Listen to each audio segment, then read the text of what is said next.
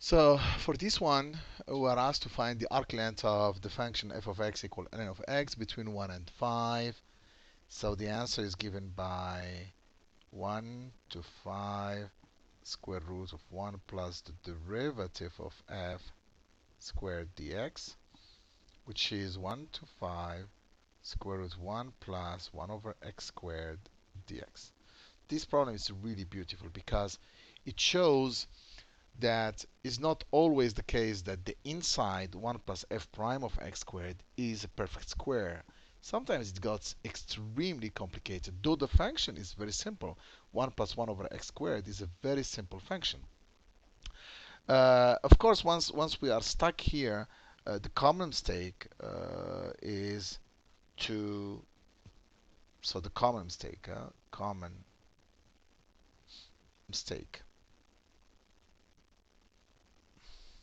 is to claim that 1 over this is equal to this plus this. This is, see, it's attractive because you will see in this problem it's very complicated. So the student will tend usually to find a simple way to go around, but unfortunately this formula is not true, and therefore it will not make our life easier. So we are looking at, so let me just focus on 1 over x squared dx. Let me find the untitled derivative first, and then we'll come back and take the value at 5 minus the value at 1. So this is equal square root x squared plus 1 over square root of x squared dx. I just did a little bit of algebra. So now we have 1 plus x squared, so we're going to use a trig substitution, which is x equals tangent of t, which gives me dt dx equals secant squared of t dt. So this becomes the integral of square root of 1 plus tangent squared over tangent of t secant squared of t dt. And why did we do that? Because we have 1 plus tangent squared, which is secant squared, and square root will become secant. So this will give me secant of t over tangent of t secant squared of t dt. And now, because the power of secant is odd, so what I will do, use the techniques of products of powers of secant and tangent.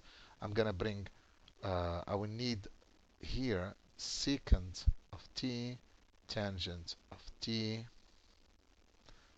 dt. So I brought this, one from here, and I don't have a tangent, so I'm going to put one more tangent. So it has to be tangent squared at the bottom, because I only had one tangent, and we have the secant squared from before. So the only term I added was the one tangent at the top and one tangent at the bottom, because I needed secant tangent. And the reason is because I'm going to have now a new substitution, u equal secant of t. So we know that du is equal to secant of t tangent of t dt. So this integral becomes the integral of u squared, and I have to move from tangent squared to secant squared, which is secant squared minus 1. U squared minus 1 du. So remember, tangent squared is secant squared minus 1, or secant squared is tangent squared plus 1. So now I have a fraction, a rational function here, in u, of course. So I need to do some technique, the technique of integrating rational functions. You see the degree of the top is 2, degree of the bottom is 2, so we have to do long division. Here is not really big deal, plus 1 du. So I will divide u squared minus 1 over u squared minus 1, so that's 1 plus 1 over u squared minus 1 du.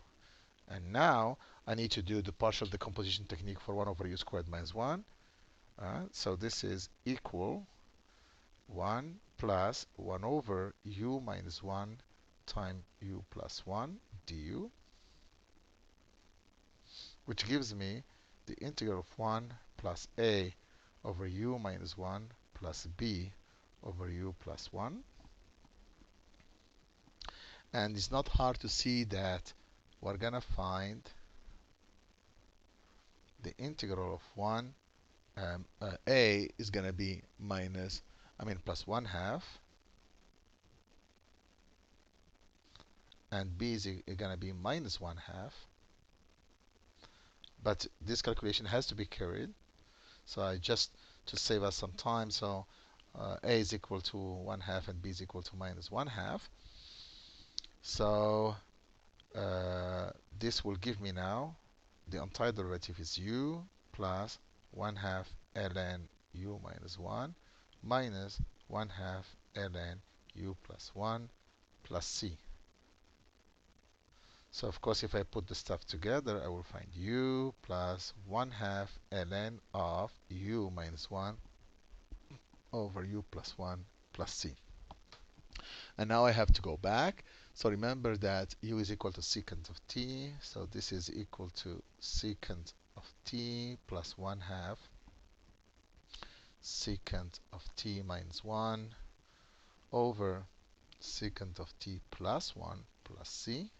And finally, we have to go back to x, and we'll find that secant of t is square root of 1 plus tangent squared of t. And tangent of t was x. That was the substitution we started with. So we find that this is square root of 1 plus x squared plus 1 half ln of square root 1 plus x squared minus 1 over square root of 1 plus x squared plus 1 plus c. So in other words, the final answer is that the integral of 1 plus x squared over x dx equal to square root 1 plus x squared plus 1 half ln of square root 1 plus x squared minus 1 square root of 1 plus x squared plus 1 plus c. So the arc length now from 1 to 5 square root of 1 plus x squared over x dx is equal to square root of 1 plus x squared plus 1 half ln square root 1 plus x squared minus 1 over square root of 1 plus x squared plus 1. We can ignore the constant between 1 and 5, okay? Which gives me square root of 26, because 5 squared plus 1 is 26, minus square root of 2, that's the value at 1, plus 1 half ln of square root of 26 minus 1 over square root of 26 plus 1 minus 1 half ln of square root of 2 minus 1 square root of 2 plus 1.